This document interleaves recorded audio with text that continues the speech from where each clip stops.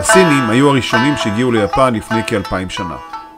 אחריהם הגיעו הפורטוגזים לפני כ-500 שנה. ואז אנחנו הגענו, בגלל סתיו והבר מצווה.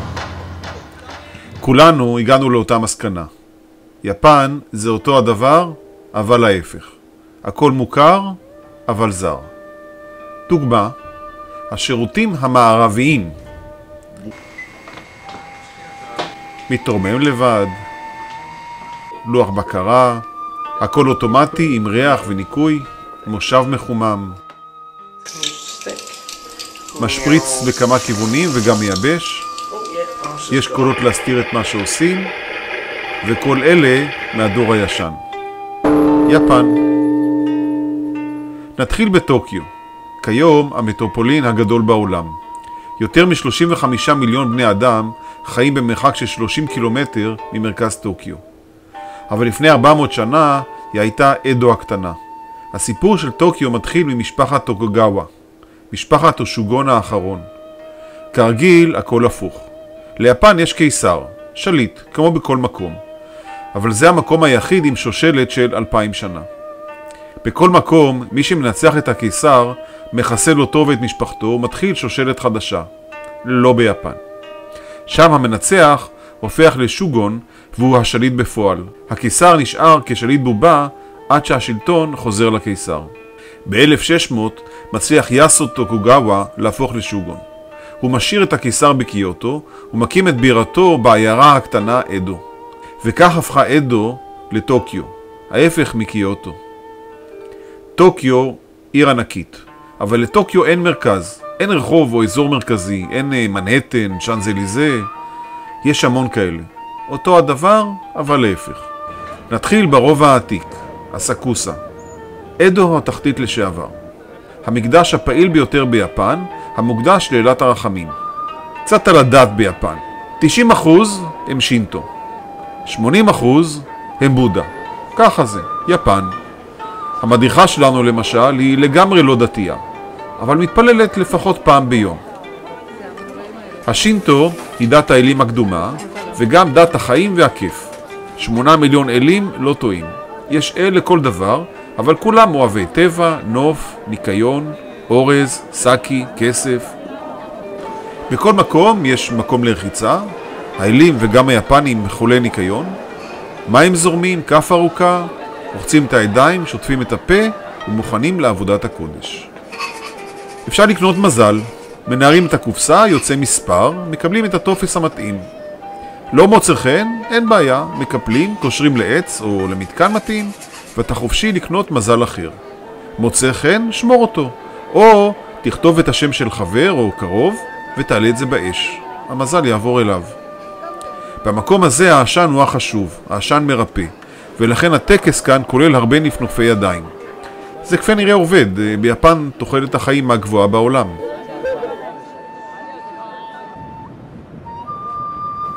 עוד ברובע, אזור חנויות למסעדות. שם ניתן לרכוש את דוגמיות האוכל. היפנים רוצים לראות מה מקבלים, והמנות ממש דומות לדוגמיות. הדוגמיות יקרות וכבדות. ראינו ולא קנינו. רובע אונו, רובע הפארק והמוזיאונים. הפארק המפורסם ביותר ביפן לפריחת הדובדבן. לא היפה ביותר, רק המפורסם והעמוס ביותר. ביפן 4 עונות שנה ברורות, ובנות 3 חודשים כל אחת. השינויים העצומים מעונה לעונה הם חלק מהתרבות היפנית, שילוב של זמני, מחזורי וקבוע. פריחת הדובדבן היא חגיגת האביב. הטקס פשוט, פיקניק בצל העצים. באים לשמוח ולחגוג עם העצים, האלים, החברים וכל מי שעובר. ולמרות מיליוני המבקרים, זה בלי הגזמה, הניקיון הוא כמו ביפן, נקי.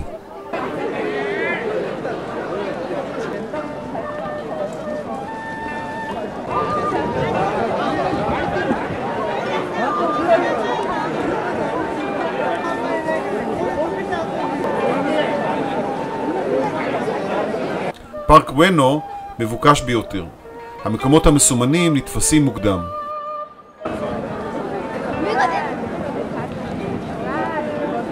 תעלמי אותנו רגע.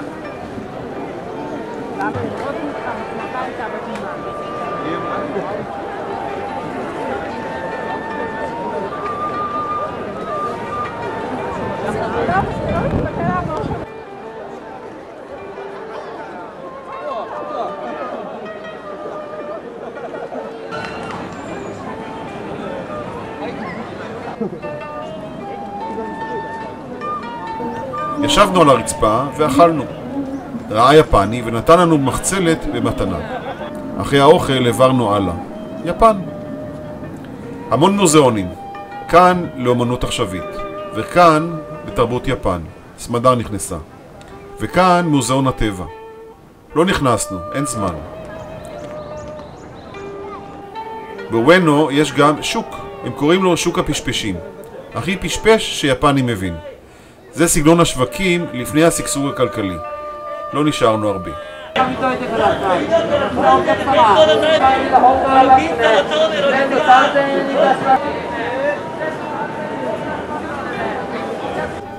רובע אקיהברה, רובע האלקטרוניקה. 10% ממוצרי האלקטרוניקה של יפן נמכרים ברובע הזה.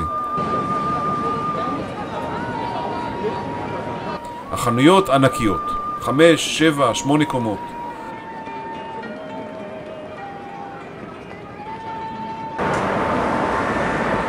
יש פה כל דבר שקשור לאלקטרוניקה, כולל קומיקס.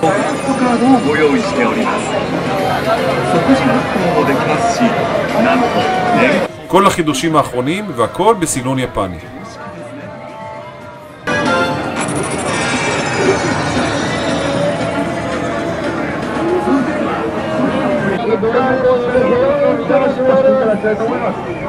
הבחורות מזמינות לבתי הקפה בעיר, קופאות מקור. אודייבה. עד לאחרונה קבוצת איי זבל שהפכו לרובע של קניונים ועתידנות. הרכבת המיוחדת נוסעת ללא נהג, מחשב בלבד. מרכזי קניות וגלגל ענק, גדול יותר מזה של לונדון. ושוב, טוקיו מלמעלה.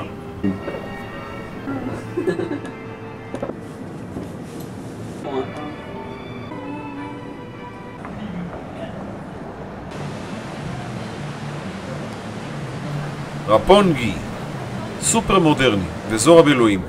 הלכנו לראות גלריה של אומנות עכשווית. בעודנו מסתכלים במפה, שואל יפני את שחר מה מחפשים. מסתבר שהאיש במועצת המנהלים של הגלריה נתן לשחר 2 כרטיסים.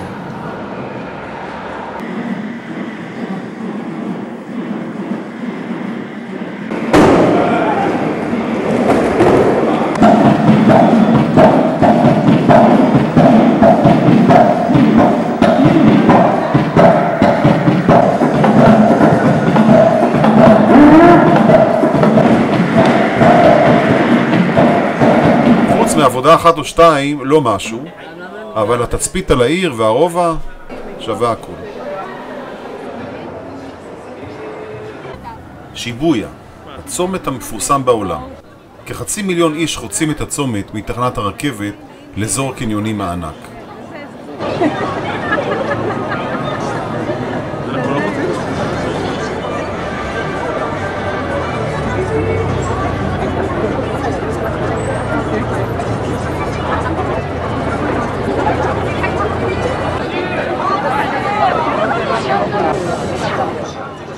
ויש, מצאנו, בסוף היום, אחרי 500,000 איש, יש בדלי סיגריות ביפן. בצד השני של שיבויה, פארק יויוגי ומקדש מייג'י.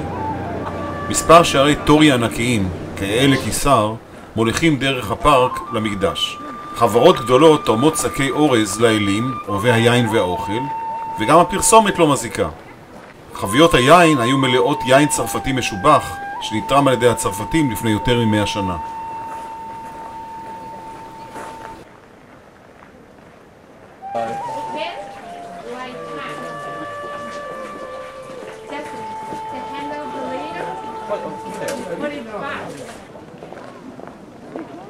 בסופי שבוע הופך המקדש לבית חרושת לחתונות, בדיוק וביעילות יפנית.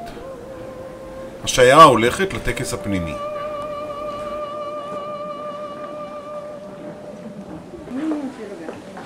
ואז הם חוזרים לטקס החשוב באמת.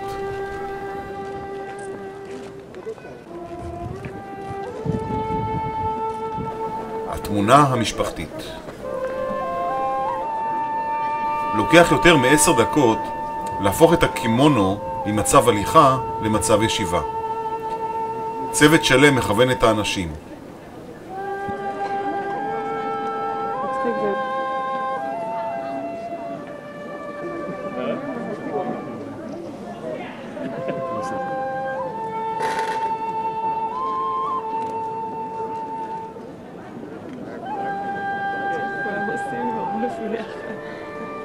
מוכנים? לא, עוד קצת סידורים. איזה מדהים. בכוונה כדי להסתיר.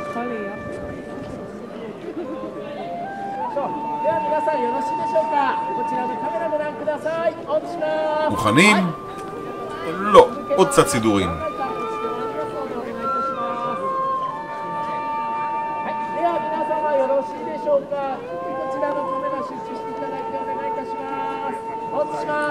יש, צילום.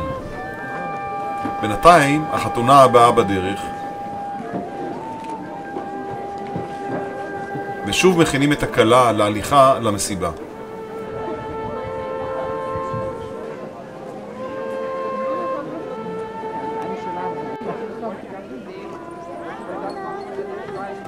והצילום הבא,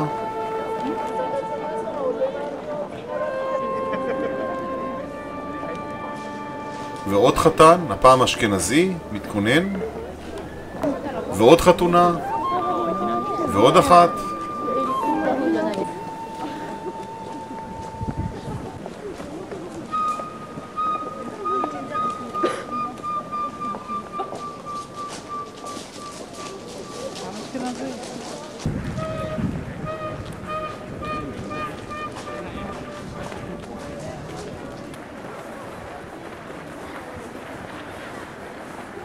רובע הרג'וקו, רובע האופנה. כאן רחוב אופנת הצעירים. באים לקנות ולהראות ולהיראות, והמוני התיירים שבאים להציץ.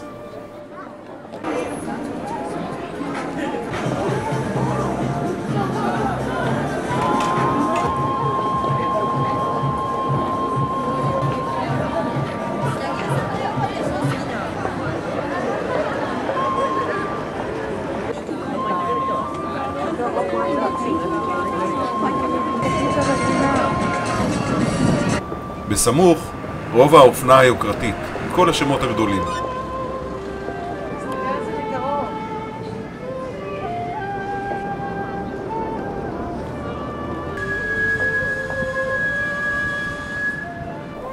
רובע גינזה, רובע הקניות האלגנטיות. בסוף שבוע זה מדרחוב.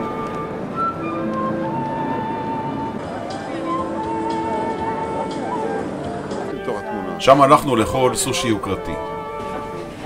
יקר זה היה, אבל הסושי הרגיל מתאים לנו יותר.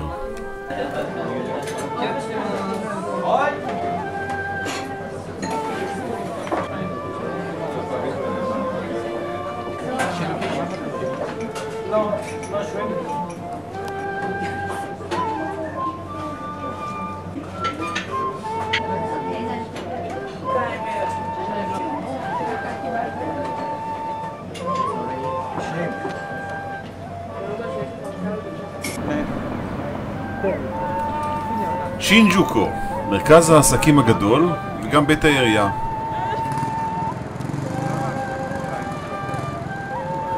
בית העירייה יש גם תצפית חינמית על העיר.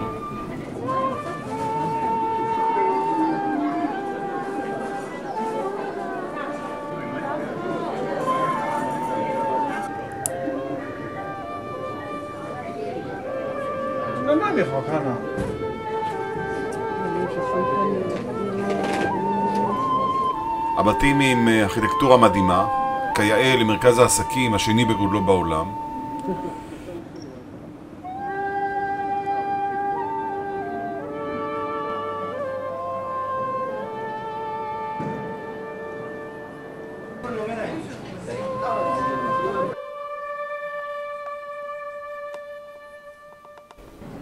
קצת על התחבורה, על הרכבות. בשינג'וקו, תחנת הרכבת הגדולה בעולם. מדי יום משתמשים כ4 מיליון איש ב12 הקווים של המטרו, הרכבת והשינקנסה, הבולט טריין. בכל מקום השילוט מעולה והסדר יפני.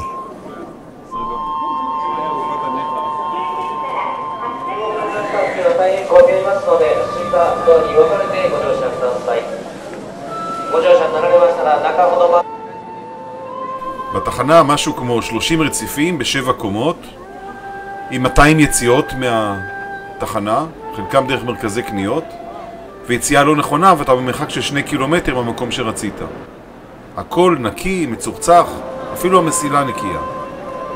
אז אם עוסקים ברכבות, חייבים להזכיר את השינקנסן, הבולט טריין, הרכבת הפלאית. בשנה יש 160,000 רכבות, 150 מיליון נוסעים, עם ממוצע איחור של 6 שניות. בקו משינג'וקו לאוסקה נוסעים 50 מיליון איש. כל 6 דקות רכבת 1,300 נוסעים, 300 קילומטר לשעה. והפתיחות, אחרי 5 ביליון נוסעים, הרוג אחד שנתפס בדלת.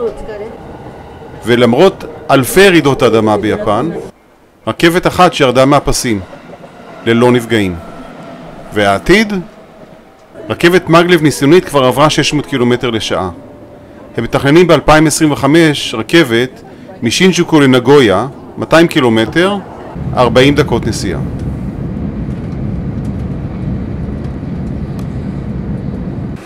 ולפני שנעזוב את טוקיו, שוק הדגים. 2,000 טון מאכלי ים ודגים, מ-400 סוגים, נמכרים פה מדי יום. מחזור מחירות של 6 ביליון דולר בשנה, ויותר מ-60,000 עובדים. שוק הדגים הגדול בעולם. יום העבודה מתחיל ב3 לפנות בוקר, ומטפלים באוניות המגיעות מכל קצווי העולם. אנחנו באנו לראות את המחירה של דגי הטונה. כל קבוצת דגים מוצגת, חלקים מהדגים נחתכים ומוצגים במגשים בצד. הרוכשים עם כובעים ממוספרים, כך יודעים מי קנה, מסתובבים עם גרזנים קטנים המשמשים לחיתוך הדג הקפוא ולבדיקה. בכל דוכן המחירה מתחילה בצלצול ממושך, ואז מתחילה המחירה עצמה.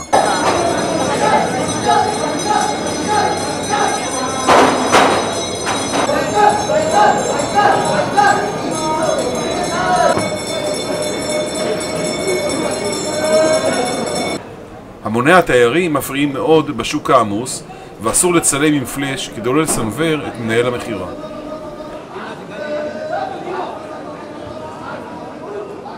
הזוכים לוקחים את הדגים בעגלה לדוכן שלהם, שם חותכים את הדגים ומוכרים לחנויות ולמסעדות.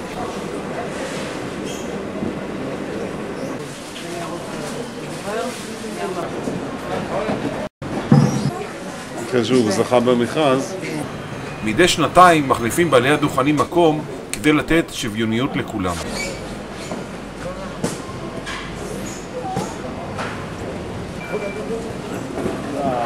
איזה תמנונים פה.